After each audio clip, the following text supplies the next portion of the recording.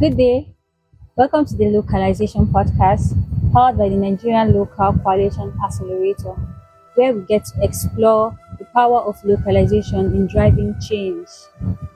My name is Nimrod Grace, and today I am honored to have with me a guest from NANGO, the network of Adamawa non-governmental organizations in person of Mr. Emmanuel Ekene Maduka, who has vast experience and insight to share with us on how the network is driving localization agenda in Adamawa State. I'm glad to have you here today with me. Thank you for having me. Again, our guest, we have Mr. Richard Nyankome, who is the coordinator for the Nigerian Local Coalition Accelerator. He has been here with us previously. Once again, welcome, sir. Thank you for having me. Mr. Emmanuel, I am glad to have you here today join me. In our previous episodes, we have talked about localization, what it matters, what it means, and why localization is important. We have explored the grand bargain too, looking at how it emerged from the World Humanitarian Summit in 2016. But then I would like to ask you, looking back at the World Humanitarian Summit, what do you think are some of the key outcomes that emerged during that summit that has been able to drive localization? Okay, thank you very much for having me on this podcast. Now, the World Humanitarian Summit was held in 2016 in Istanbul, Turkey, and that was where the Grand Bargain Agreement was achieved. And the Grand Bargain Achievement was an agreement that came into being between the major, some of the largest donors that we have on humanitarian aid, where they came to agree on terms and possible ways of working so as to be able to, strengthen humanitarian response. Now, at that summit, several commitments were made. I think about 51 commitments were made that was narrowed down into 9 work stream areas. But of these various templates, or if you like, frameworks that were achieved, 2 of them are most relevant when we talk about localization. Okay. So there were majorly 2 outcomes, if you like, that really touches on localization. The first was donors and humanitarian partners agreed that at least 25% of humanitarian funds should be channeled to strengthen, local responses. Okay. You understand? Then the second one was to increase, the participation of local actors in, humanitarian responses globally. So these were the agreements that were achieved during that summit. And as time goes on, I think they've been also reworked, to see how they can also reflect, the realities around humanitarian intervention globally. But majorly, these were the 2 major standpoints as regards to the World Humanitarian Summit and the Grand Bargain. Interesting. Thank you very much, sir, for sharing with us. So, Mr. Richard, you talked about 2 major outcomes from this World Humanitarian Summit. I would like to know, the Nigeria Local Coalition Accelerator, is that where it got its initiative of actually driving localization agenda in Adamawa State? All right, thank you so much, Grace, for that question. I think Mr. Ekene has really espoused the subject of World Humanitarian Summit, and I'm glad to also say that the NLCA is an outcome, not directly, but it's an outcome of that summit. Yeah, because the NLCA was formed, ideated by the Shared Trust Incorporated in the United States, working in partnership with Warande Advisory Center in Kenya. Now, the Shared Trust is a non-governmental organization that works to support community collective action. The Shared Trust themselves believe in the community as the center of development, and therefore development actions should be driven largely, by the local actors at the community level. So the shared trust works to strengthen self-help groups, so that they can increase or strengthen their agency, and also help amplify their voices. So they do that through supporting local, national organizations, as well as fostering, conversations between donors or development partners, or bilaterals, so they can be able to channel more funds directly to local actors, rather than have it filtered in between international non-governmental organizations. So Shared Trust, having that model, push the strategy out that they should now be able to support local coalitions, so they can be able to collectively come together to put more action into place. So that was how the Nigeria Local Coalition was vetted. And same thing happened in Bangladesh, Uganda, Kenya, and Ethiopia. Thank you very much, sir. That's interesting to hear. Mr. Emmanuel, Thank you. we've heard from him how that the outcome of this summit led to the initiative of the Nigerian Local Coalition Accelerator, and then you being from NANGO and Cisco, I believe it's a localization a coalition in Adamawa State, who I would say have been able to drive localization agenda. So from your experience now, can you share with us what are some of these experience, insight, and how this coalition, this network has been able to champion localization? What are some of the raw examples, real-time experiences, and challenges you have faced in the coalition and the network so far? Okay, thank you. Okay. First of all, I'm from Cisco. Okay. My primary organization is Cisco, and I'm also actively involved with NANGO. Like I previously said, coming from the background again, let me just retouch on what I said earlier.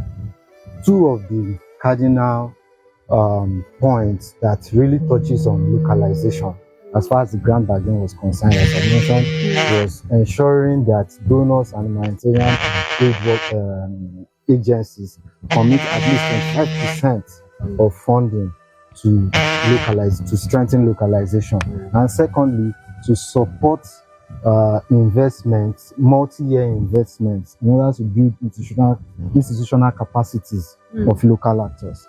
You understand? So these are the two core areas. Now, bringing it down, cascading it down to our own level at the local level, I think we've been able to see some of the reflections of this agreement, being seen in our operations at the local level. First of all, as an extension of these two commitments that were made, it was also mentioned that in order to be able to encourage the 25%, in order to achieve that 25% target, that country pooled funding should be prioritized. Okay. That's one. And also another achievement was that it was recommended that organizations and donors should work with women-led and youth-led organizations. You understand? So these were two cardinal issues that were highlighted at that summit. So from what we are saying, let me speak of my experience as regards to NANGO. NANGO was formed in the year 2017, and some of the issues that brought about the formation of NANGO was, after the insurgency, after the insurgents were driven back and most of the territories, recovered, and we saw influx of donors and everything, they going to the field and intervening. So we as the local actors, we saw that the local partners were being sidelined. You understand? So now the question was, now when the issue was brought up, the the issue of capacity Yeah. was mentioned. So, okay, if you want to be involved in the humanitarian response, where is your capacity to be able to respond? And you know that as national actors or local actors, if you want, we are considered as first responders. Yeah. You understand? So we are supposed to be able to be, our capacity is supposed to be strengthened to be able to respond to that. So that was the issue. So, and that was what brought the local actors together and formed that coalition, which is NANGO. So from the formation of NANGO up to now, I can tell you that we've had a lot of positive, records. Okay. That's not to say it's uhuru, or that's not to even say that even up to 50% of what was intended at the grand bargain has been achieved. Okay. You understand? At the beginning of this last year, I was at a function where it was mentioned that even the 25% that has been agreed, not even up to 5% have been achieved. Wow. You understand? So that is still a challenge. But between then and now, we've seen increase in participation for, when it regards to humanitarian response, increase in participation of local actors. You understand? Now, in order to give you a bit background, there is, as it stands now, there is no comprehensive, measurement on how to measure the exact, or to estimate the level of implementation of localization as it is right now. Okay. You understand? But there are efforts that have been going on. Even NANGO is constantly championing a cause to try and estimate the level of localization in Nigeria. So, but to answer your question straightly, we've seen more partners, local partners, getting more involved in the humanitarian response. When you talk of access to funds, when you talk of increase in capacity, when you talk of participation, when you talk of coordination, you understand? From where we're coming from, we've seen at least a bit of increase. You understand? So, if I would mention a few, like what I said earlier, encouraging country pool funding. There is something we have now in the Northeast that's called the Nigerian Humanitarian Fund. You understand? That's the kind of the country pool funding where local actors are given the opportunity to be able to access funds, although that too still has its challenges. You understand? So, and there are a lot of initiatives. Even currently, we have partnership with the Lake Chad Basin Commission, where local actors are accessing funds, through actors that have been accessing funds through that. And if I'll conclude with this, currently NANGO is implementing a project in Nigeria that is called the Localization Barometer. You understand? So, Localization Barometer is an initiative that seeks to provide some kind of understanding of the level of localization in Nigeria. You understand? So this the methodology of this study is that the methodology was cascaded into 3 different levels. We have the dimensions level, the challenges, and also specific questions. When we're talking about the dimensions, we are looking at how local actors have been able to fare in the 6 dimensions.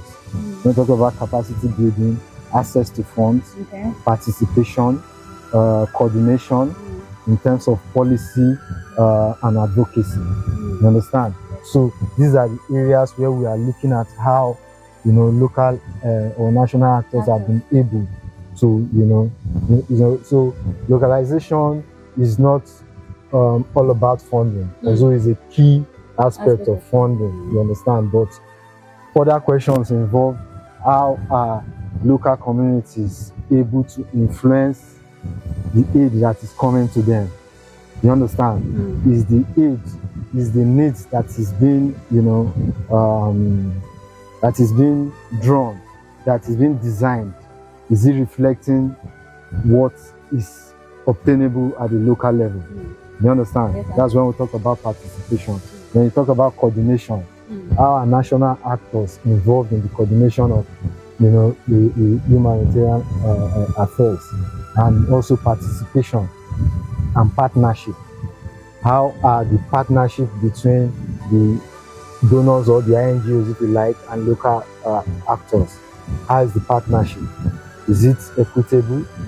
Do local actors feel respected in those, or they are just maybe seen as errand organizations, just throw money at them, and so how is the involvement of local actors as far as localization is concerned?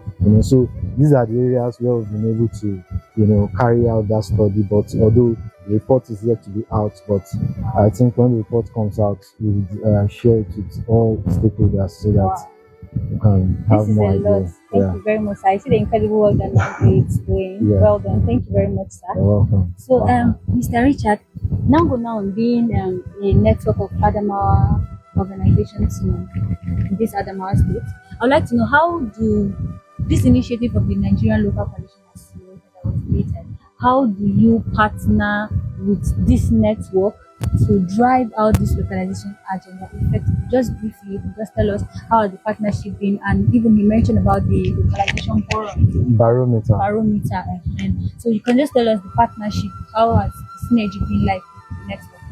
All right, thank you so much, Grace. I think so far so good. The mandate of the Nigeria Local Coalition Accelerator, as the word is to accelerate the formation of coalitions and bringing together of civil society organizations and local national organizations, to be able to pull themselves together so that they can have collective voice and be able to support their communities, ideate programs and also resource those programs. He has given us a very deep insight into the activities of NANGO and how they have been driving and championing localization. So far, we are in partnership with NANGO currently. We see ourselves working shoulder to shoulder.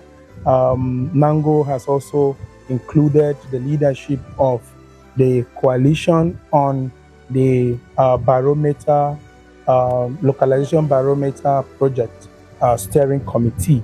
So we are hopeful that there are a lot of areas that we are collaborating.